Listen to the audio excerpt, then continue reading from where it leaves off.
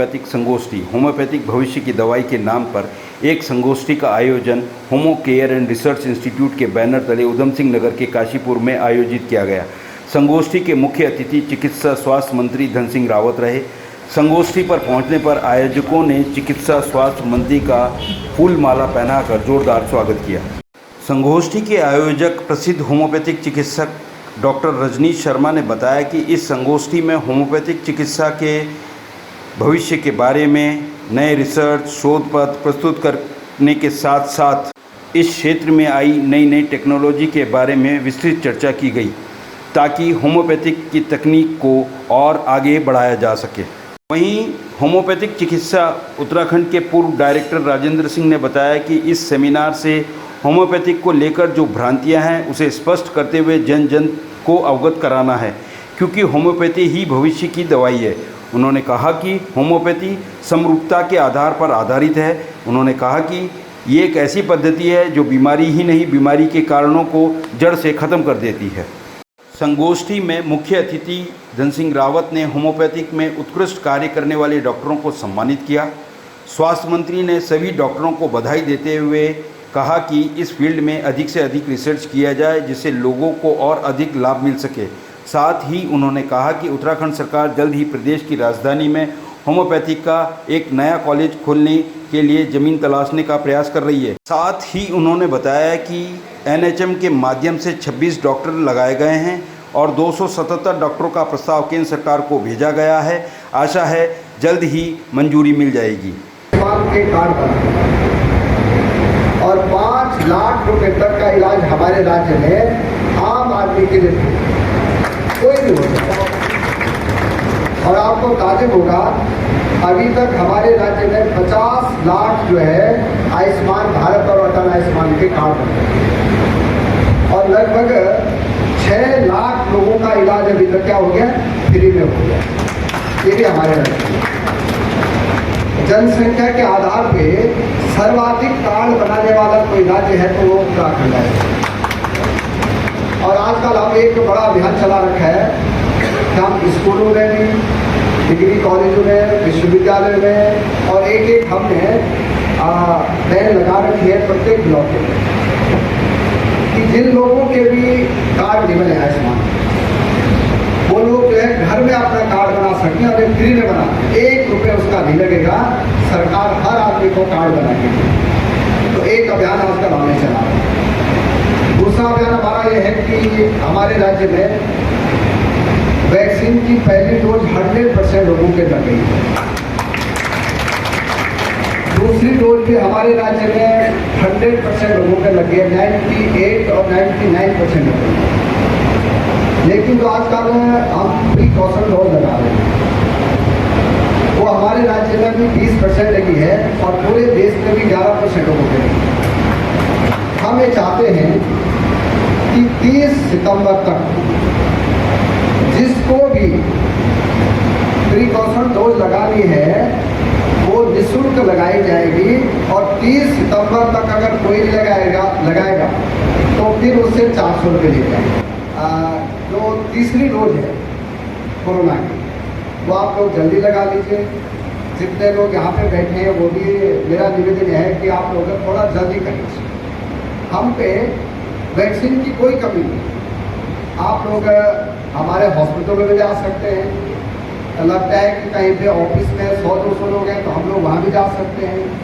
तो इस पर हमको एक युद्ध स्तर पर थोड़ा काम करना है। तीसरी बात मुझे कहने आप लोगों को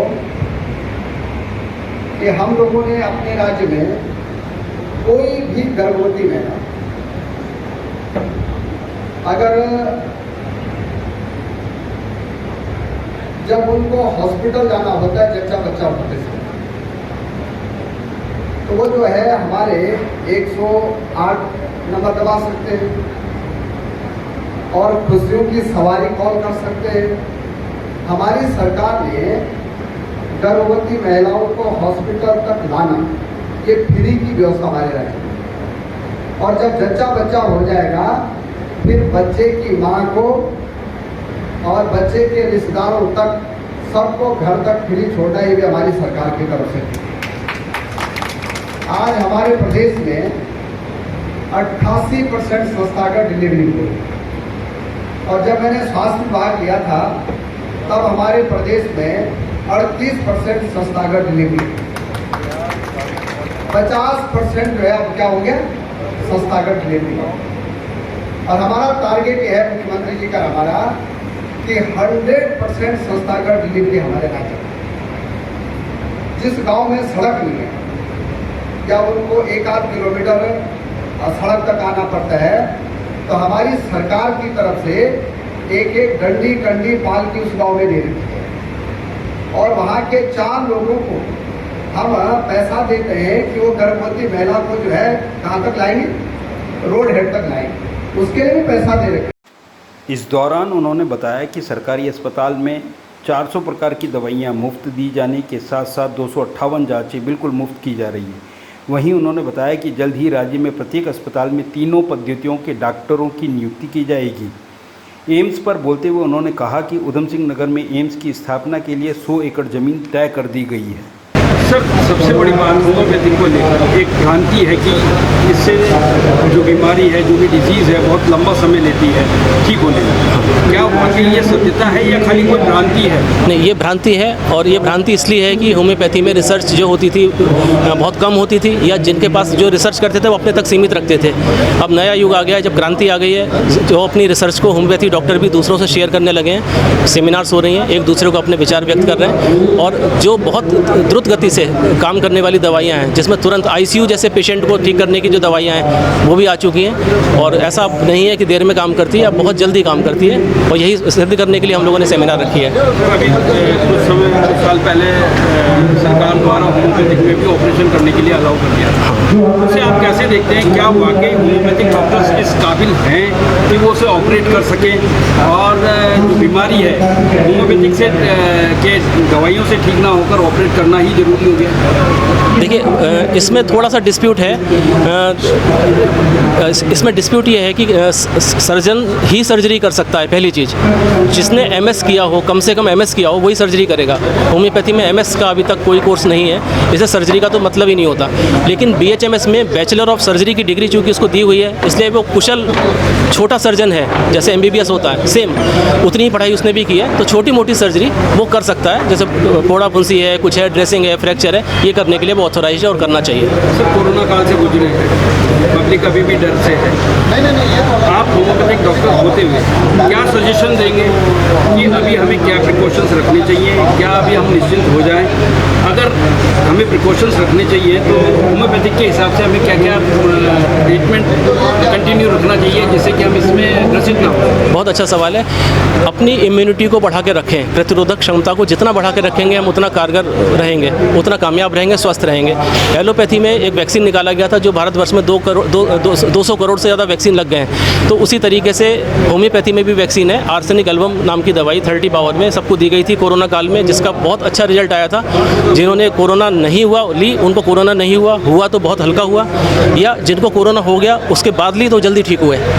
तो होम्योपैथी का बहुत अच्छा योगदान कोविड जैसी चीज़ों में है इसमें। सर, होम्योपैथिक पर लगातार एक बात रहा है कि पेशेंट इस और बहुत कम आकर्षित होते हैं। उसकी वजह क्या है?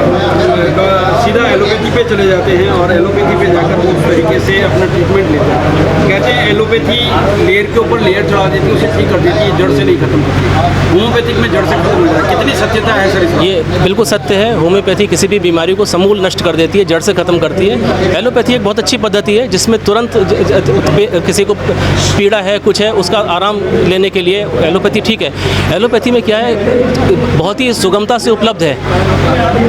पड़ोस में चाय की परचून की दुकान पे भी दर्द की गोली मिल जाती है, आराम से लोग खा लेते हैं, इसलिए आदत पड़ गई। होम्योपैथी जिस दिन इस तरह से मिलने लगेगी उस दिन होम्योपैथी भी सबसे आगे हो जाएगी।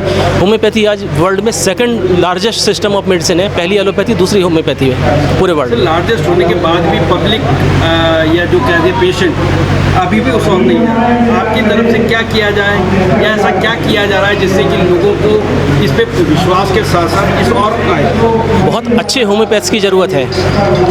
होम्योपैथ का बोर्ड लगा के बहुत लोग बैठ जाते हैं, लेकिन अच्छे होम्योपैथ होना अलग चीज़ होती है। उसी अच्छे होम्योपैथ बने या जो पुराने होम्योपैथ हैं वो और अच्छे हो जाएं, इसीलिए सेमिनारों का गठन किया गया। जो सेमिनार चल रही है इसीलिए चल रही है। सर एक बात और देखी गई है, जो होम्योपैथ डॉक्टर हैं 99% एलोपैथी पे काम करते हैं, होम्योपैथ देते नहीं है। डिग्री उनके पास होम्योपैथ की है पर वो उस चीज़ को देते नहीं है और उसी पे काम करते रहते हैं। ये गलत है, ये नियम के विरुद्ध है, ये गैरकानूनी, ऐसा नहीं होना चाहिए।